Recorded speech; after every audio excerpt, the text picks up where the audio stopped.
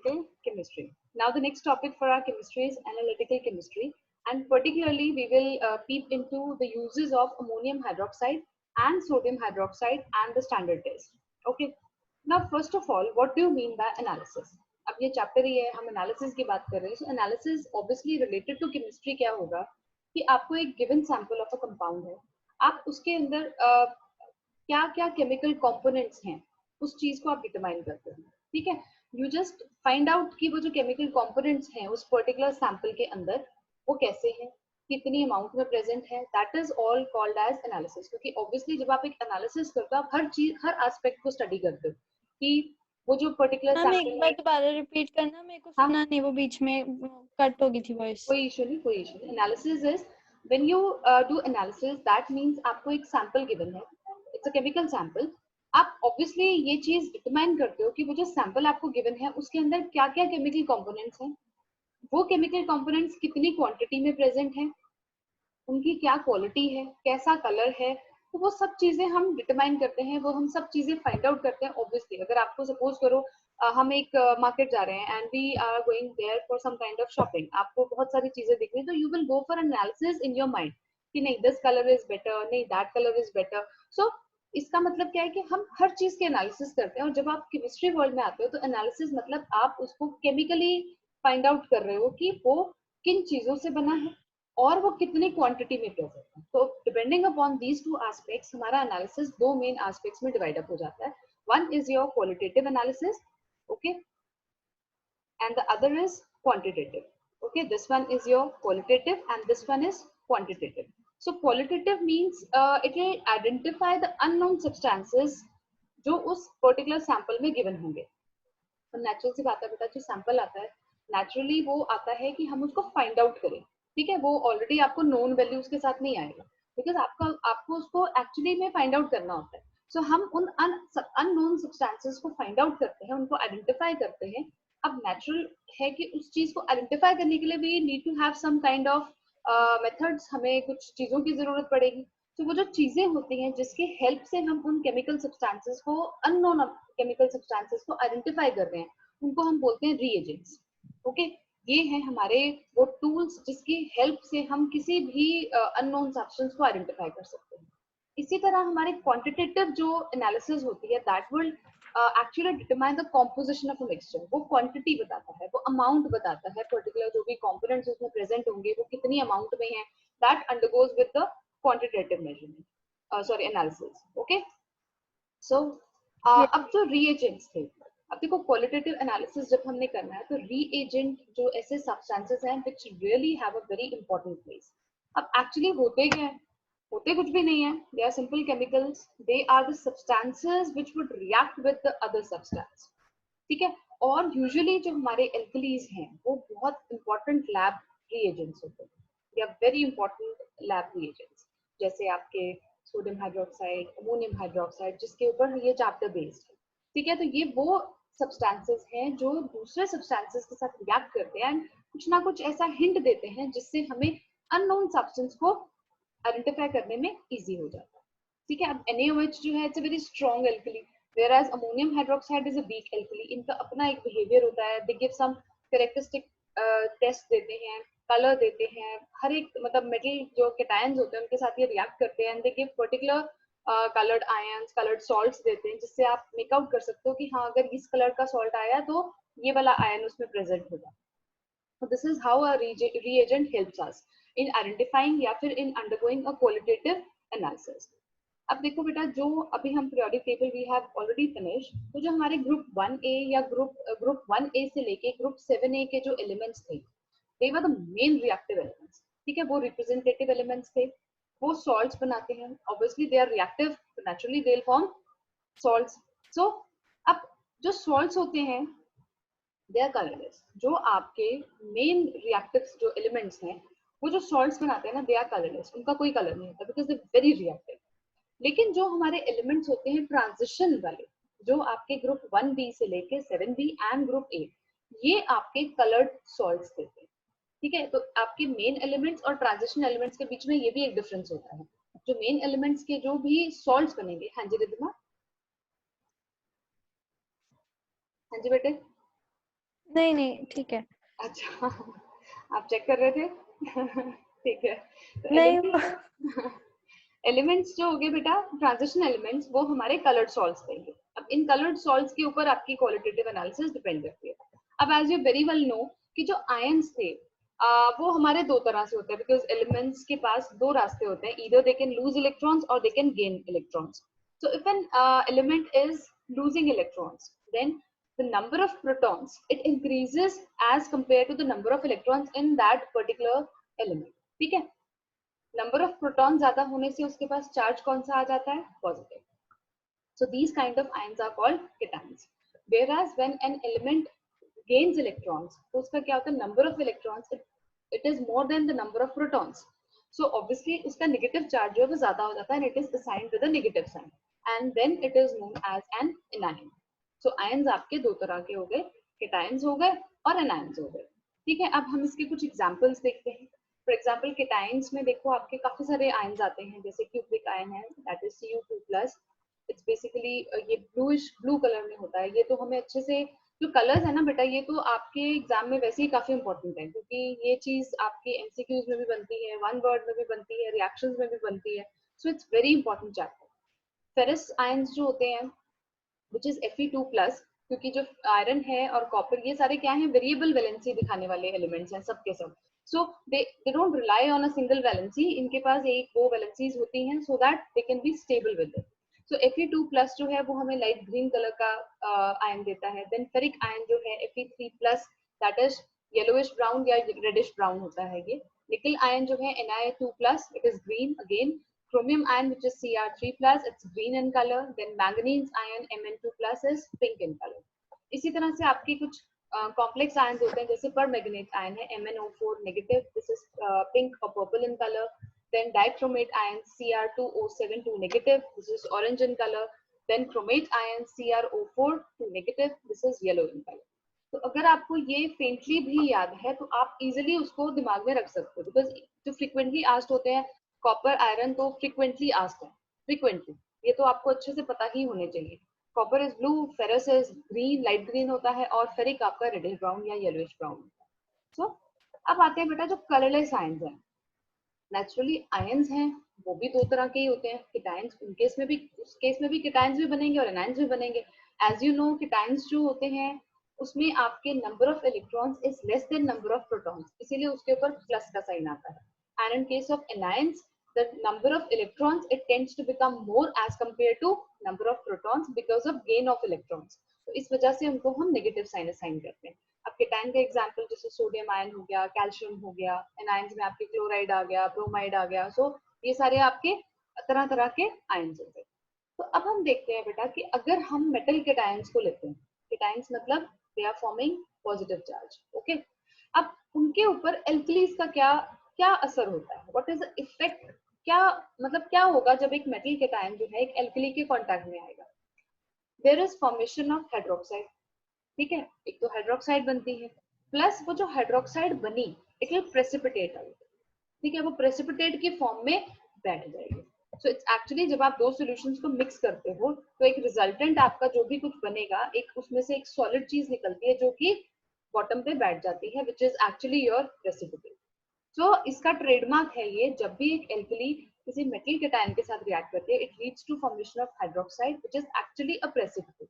Okay, so ये precipitate formation जो है इसका कैरेक्टरिस्टिक फीचर हो गया.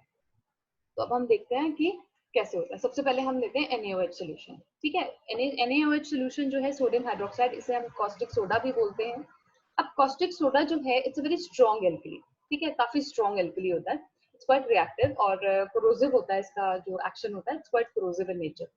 अब देखो बेटा, जब हम कॉस्टिक सोडा को ड्रॉप बाय ड्रॉप किसी भी मेटल सॉल्ट के सोल्यूशन में हम उसको ऐड करते हैं तो हमें जो रिजल्टेंट मिलेगा वो मिलता है मेटल हाइड्रोक्साइड. मेटल हाइड्रोक्साइड का ही प्रेसिपिटेट जो है वो आउट हो जाता है. क्लियर है, मतलब जो प्रेसिपिटेशन होती है वो आपकी मेटल हाइड्रोक्साइड की ही होती है. अब हम देखते हैं कि कैसे हम उस मेटल आयन को आइडेंटिफाई करें. कैसे करेंगे, क्योंकि हमारा प्रेसिपिटेट बन रहा है. अब वो प्रेसिपिटेट जो बनेगा वो स्पेसिफिक कलर का होगा और वो कलर ही हमें लेके जाएगा. वो हमारा कलर जो है that is actually a clue. वो हमारा क्लू होता है कि अब आप उस पहेली को सुलझाओ. कि भाई ये कौन सा आयन है। ठीक है, अब हम सॉल्ट देखते हैं। सबसे पहले हम कैल्शियम सॉल्ट ले लेते हैं। ऑब्वियसली कैल्शियम सॉल्ट है तो उसमें कैल्शियम आयंस प्रेजेंट होते हैं। Calcium is Ca2+। अब देखो आप ध्यान से, अब हमने लिया the salt we have taken is calcium nitrate. Okay बेटा, अब ये जो कैल्शियम नाइट्रेट होता है इट इज कलरलेस। ओके, ये कलरलेस होता है। देन कॉस्टिक सोडा, ये भी कलरलेस होता है। व्हेन वी टुक देम, हमने इन दोनों को जब मिक्स किया सोल्यूशन को, अब इसमें आप ये ध्यान रखो रिद्धिमा, हम NaOH को ड्रॉप बाय ड्रॉप ऐड कर रहे हैं।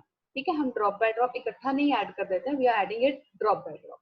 सो what is happening, we are getting calcium hydroxide. ठीक है, कैल्शियम हाइड्रोक्साइड बनेगा। This calcium hydroxide will precipitate out as if white in colour. ये व्हाइट प्रेसिपिटेट की तरह अलग हो जाएगा along with the formation of sodium nitrate. और ये जो सोडियम नाइट्रेट है ये कलरलेस रहता है, तो आपको कलरलेस के बीच में नीचे की तरफ एक व्हाइट कलर का प्रेसिपिटेट नजर आ जाएगा। So that precipitate, white colour precipitate will indicate कि जो आयन प्रेजेंट था that was calcium. Is it clear? Yes, yes ma'am. चलिए फिर मूव ऑन करें। अब नेक्स्ट हम लेते हैं आयन। अब आयन जैसे आपको पता है इसकी वेरिएबल वैलेंसी होती है और दोनों काफी रिएक्टिव हैं। तो सबसे पहले हम लेते हैं ferrous which is Fe2+। Ions मतलब सॉल्ट, जो सॉल्ट्स होंगे उसके अंदर Fe2+ जो है वैलेंसी +2 की फॉर्म में प्रेजेंट होगी। अब इसमें what we have taken ferrous sulphate. Okay, this ferrous sulphate is pale green in colour. Okay, अब देखो हमने ना कलर चेंज भी नोटिस करना है रिद्धिमा। ऊपर जो हमने रिएक्शन की थी उसमें कलरलेस जो था that turned out to be white precipitate. Okay, colourless था, शुरू में कलरलेस था, उसके बाद उसमें नीचे व्हाइट प्रेसिपिटेट बैठ गया, ये ध्यान रखना। ठीक है, नाउ पेल ग्रीन आपको हमने सोल्यूशन लिया। अब जो कॉस्टिक सोडा है वो कलरलेस है, इसका मतलब जो आपका सोल्यूशन रहेगा वो पेल ग्रीन कलर का रहेगा, क्योंकि हम सोडियम हाइड्रोक्साइड वैसे भी बहुत थोड़ी थोड़ी अमाउंट में ऐड कर रहे हैं। तो resultant would be ferrous hydroxide which is FeOH whole twice. ठीक है, it will settle down as a precipitate which is of dirty green gelatinous precipitate. gelatinous मतलब जेल जैसा होता है और ये dirty green होगा। ठीक है, kind of olive green बोल सकते हो। और साथ में हमें मिलेगा sodium sulphate which is again colorless। तो आप चेंज देखो क्या है कि we had earlier क्या था pale green, उसके बाद what we have got वहां पे क्या बन जाएगा, एक कलरलेस सोल्यूशन के बीच में साइड में आपको एक नीचे की तरफ प्रेसिपिटेट मिलेगा which will be of dirty green color और जेल की तरह होता है वो। ठीक है, तो ये हमें एक अच्छा सा इंडिकेशन मिल जाता है कि हाँ जी, अब जो हमारा क्लू क्या मिला कि आपको dirty green gel like precipitate मिल रहा है, दैट मीन्स, और वो जो आया उसका इनिशियल सोल्यूशन का कलर पेल ग्रीन था, that means it's a ferrous ion. Okay, now ferric ion. अब फेरिक आयन इज Fe3+। ठीक है, हमने ये सॉल्ट लिया इन विच जो आयरन है वो आपकी +3 की वैलेंसी की फॉर्म में प्रेजेंट है। सो फेरिक सॉल्ट हमने लिया। फेरिक सॉल्ट हमने कौन सा ले लिया, फेरिक क्लोराइड। ओके, हम लेते हैं फेरिक क्लोराइड और इसका जो इनिशियल कलर है दैट इज येलो। ओके, ये येलो कलर का होता है। अब इसमें हमने सोडियम हाइड्रोक्साइड जब हमने एड ऑन किया, what we got ferric hydroxide. अब ये जो फेरिक हाइड्रोक्साइड है it will settle down as a precipitate which is of colour reddish brown and along with sodium chloride जो अपने आप ही कलरलेस होता है, हमें मालूम है कि वो कलरलेस होता है। So the change is from yellow solution from after the reaction has occurred, हमें क्या मिल गया, एक कलरलेस सोल्यूशन के अंदर नीचे की तरफ क्या बैठा होगा, reddish brown precipitate. So this clearly indicates the kind of ion will be ferric. Okay, now move on to the next. Now our next salt we will take as of copper, and as we know कि जो copper होगा that will be present in 2+ form, मतलब उसकी valency जो होगी वो +2 होगी। So इसके लिए हमने जो salt लिया, we took copper sulfate and that copper sulfate is blue in color. We added sodium hydroxide and the resultant was copper hydroxide which was pale blue precipitate along with sodium sulfate which is again colorless. Okay, so blue से pale blue precipitate बन गया। When this change has happened, that means that clearly indicates the kind of ion is copper. Okay, Q+ ions, right? Now we will move on to the next. Yes ma'am. Next is our zinc ions. Zinc salts के अंदर obviously जो zinc present होगा that will be in the form of zinc 2+ form. ठीक है जी। अब we have taken the salt of zinc as the zinc sulfate. हमने ले लिया zinc sulfate which is colourless, zinc sulphate जो है वो बिल्कुल कलरलेस होता है। NaOH के साथ इसको ऐड किया तो NaOH ऑलरेडी कलरलेस है, कॉस्टिक सोडा हमारा कलरलेस होता है। The resultant is zinc hydroxide. अब ये जो जिंक हाइड्रोक्साइड होता है ये भी एक जेल की फॉर्म में होता है, that gel is white colour. एक हमें मिल रहा था pale green colour, dirty green colour का जेल मिला था, और एक हमें ये मिल रहा है व्हाइट प्रेसिपिटेट जो है वो जेलेटिनियस है, और ये क्या है, zinc hydroxide along with your sodium sulfate which is again colorless. Okay, now we will move on to the lead ions. Lead salts के अंदर क्या आ जाएगा, Pb2 plus की फॉर्म में होगा. Now we will take the salt of lead as lead nitrate. अब ले जो lead nitrate है ना बेटा, this is colorless, ये colorless होता है. इसका मतलब क्या है, हमने ये जो solution लिया ये भी colorless था, जो चीज आप ऐड कर रहे हो वो भी colorless है, और जो रिजल्टेंट बना, ठीक है. अब ये जो रिजल्टेंट हमारे को बनता है ना लेड हाइड्रोक्साइड, ये व्हाइट कलर का प्रेसिपिटेट होता है. और इसकी एक और खास बात है कि अगर आप इस व्हाइट प्रेसिपिटेट को एसिटिक एसिड में डिसॉल्व करवाओ तो ये फटाफट उसके अंदर डिसॉल्व हो जाता है, बहुत इजीली सोल्यूबल होता है उसके अंदर. क्योंकि मैं आपको ये हमने साथ में क्यों किया, हमें व्हाइट कलर का प्रेसिपिटेट एक जगह और मिला है, वो कहाँ क्या था आप बताओ मुझे रिदमा. एक व्हाइट प्रेसिपिटेट हमें कहीं और भी मिला था, कहाँ मिला था, ये रहा. आई नो इसको लर्न करने में अभी लगेगा 1-2 दिन. हमें कैल्शियम हाइड्रोक्साइड व्हाइट प्रेसिपिटेट मिला था, लेड के केस में मिला. अब दोनों केस में मिल गया. पहला चीज तो ये हो सकता है कि देखो जो आपका ये था कैल्शियम नाइट्रेट वो भी कलरलेस था, और जब हमने लेड के केस में लिया वो भी कलरलेस था. तो यहाँ पे कोई आप उसको मेकआउट नहीं कर सकते कि जो व्हाइट प्रेसिपिटेट आया उसके पीछे क्या रिस्पॉन्सिबल है, कैल्शियम है या लेड है. तो हम क्या करते हैं, फिर इसको एसिटिक एसिड में डिसॉल्व करके देख लेते हैं. यहाँ पे आपका जो कैल्शियम हाइड्रोक्साइड है वो डिसॉल्व नहीं होता, लेकिन लेड हाइड्रोक्साइड जो है वो डिसॉल्व हो जाता है अच्छी तरह से. तो ये इन दोनों के बीच में डिफरेंशिएट करने के लिए है. क्लियर है. Now comes ammonium ions which is NH4+. अब इसमें हम क्या करते हैं बेटा, हमने एक इसका क्लोराइड लिया, एक हमने सल्फेट ले लिया, और दोनों के केस में आप ये देखो जो अमोनियम क्लोराइड है जब वो NaOH के साथ रिएक्ट करती है, अब इसमें क्या है, we have to supply heat, क्योंकि जो अमोनियम है वो एक थोड़ा सा वीक आपका वो है आयन है, ठीक है. वो बहुत जल्दी उसके अंदर टेंडेंसी नहीं है कि फटाफट से रिएक्ट कर दे, नो इट विल नॉट. ठीक है, तो अमोनियम क्लोराइड एक वीक सॉल्ट है, ये अमोनियम क्लोराइड प्लस NaOH. जब हम इसको हीट करते हैं what we are getting NaCl plus water, साथ में अमोनिया गैस रिलीज होती है. सो अब आप ये देखो, एक इतने सारे हमने आयंस देखे लेकिन किसी में भी गैस फॉर्मेशन नहीं थी, सब में क्या थी, प्रेसिपिटेट फॉर्मेशन. अकेला अमोनियम आयन ऐसा है जिसमें आपका अमोनिया गैस रिलीज हो रही है. क्लियर है. तो ये एक डिफरेंशिएटिंग फैक्टर हो गया. इसमें कोई भी आपको प्रेसिपिटेट नहीं मिलेगा अमोनियम के केस में, इसमें हमें अमोनिया गैस मिलती है. अगर हम अमोनियम सल्फेट ले रहे हैं, अमोनियम सल्फेट को भी जब आप कॉस्टिक सोडा के साथ रिएक्ट करवाते हो, and obviously you have to heat the reaction, so you will be getting sodium sulfate along with release of ammonia. Clear? Okay जी, चलिए. Now we will move on to yes. अच्छा एक second. चलो अब है बेटा, now we will see the action of ammonium hydroxide. ठीक है, अब हम देखते हैं कि अमोनियम हाइड्रोक्साइड जो है इस ये कैसे बिहेव करता है when it comes in contact with the alkalis. देखो बेटा, not alkali, sorry, metallic salts, alkali तो खुद ही है ये. सो व्हेन जब आप इसको हम ऐड करते हैं into a solution of metallic salt और हम ड्रॉप वाइज डालेंगे तो आपको सेम वही चीज form the precipitate of hydroxides, और ऑब्वियसली उसमें भी कुछ कलर्स आते हैं जो स्पेसिफिक होते हैं पर्टिकुलर सॉल्ट्स के लिए.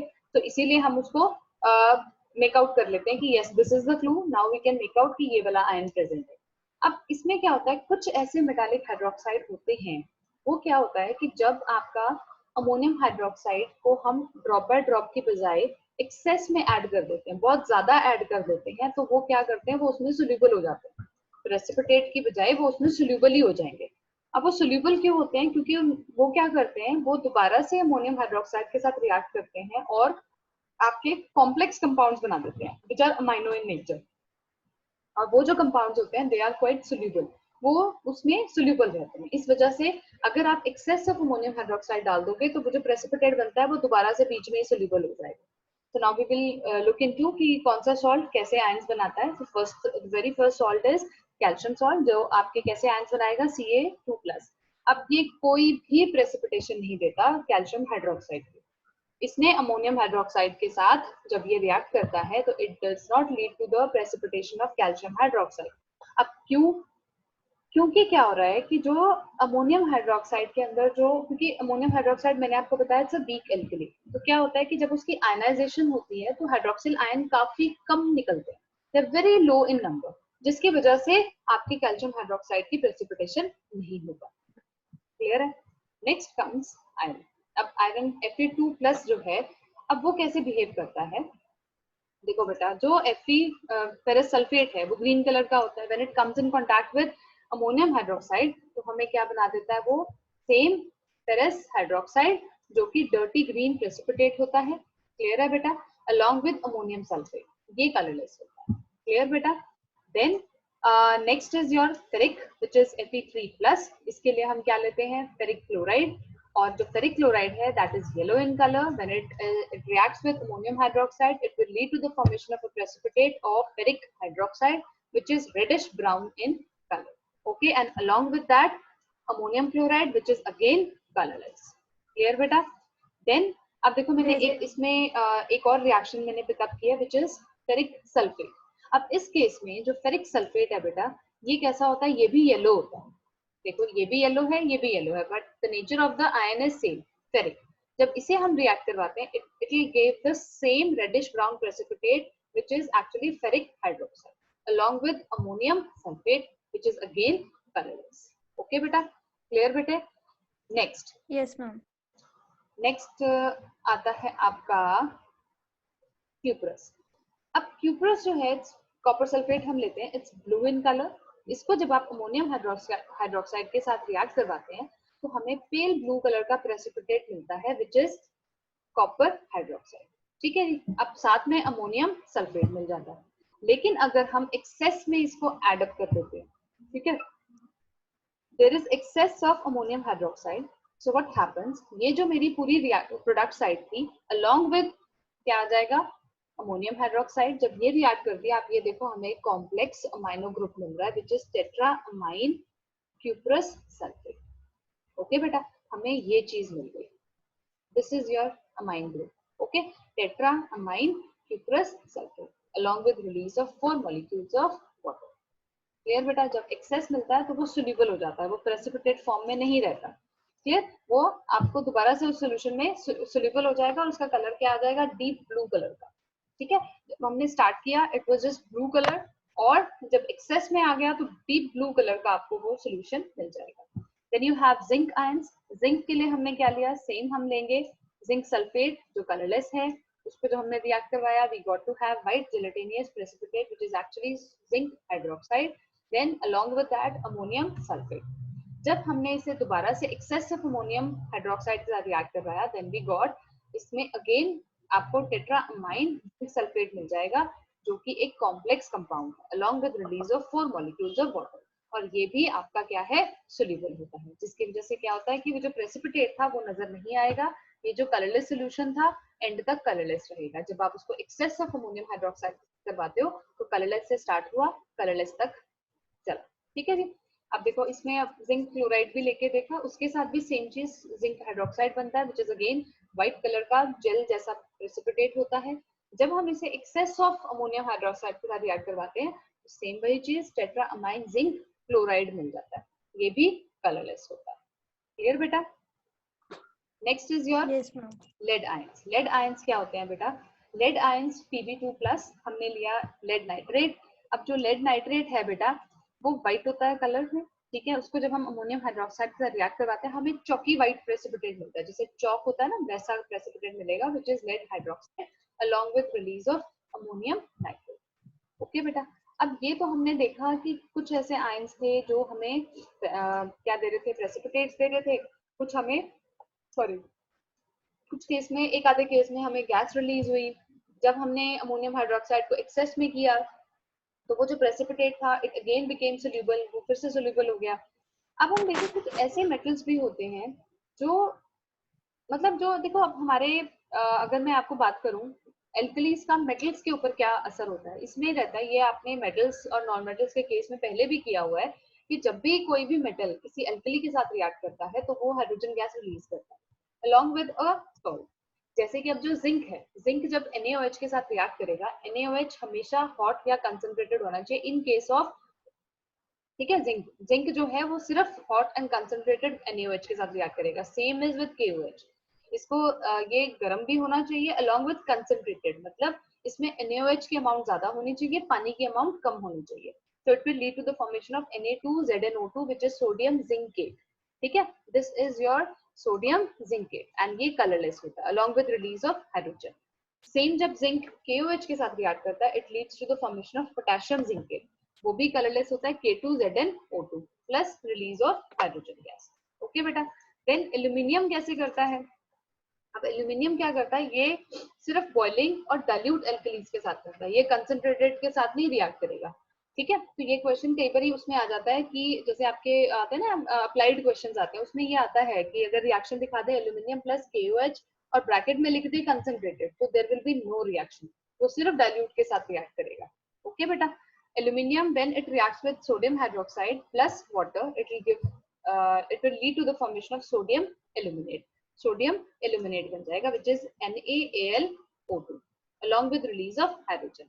अगर ये KOH के साथ रिएक्ट करता है तो I'll be getting potassium aluminate।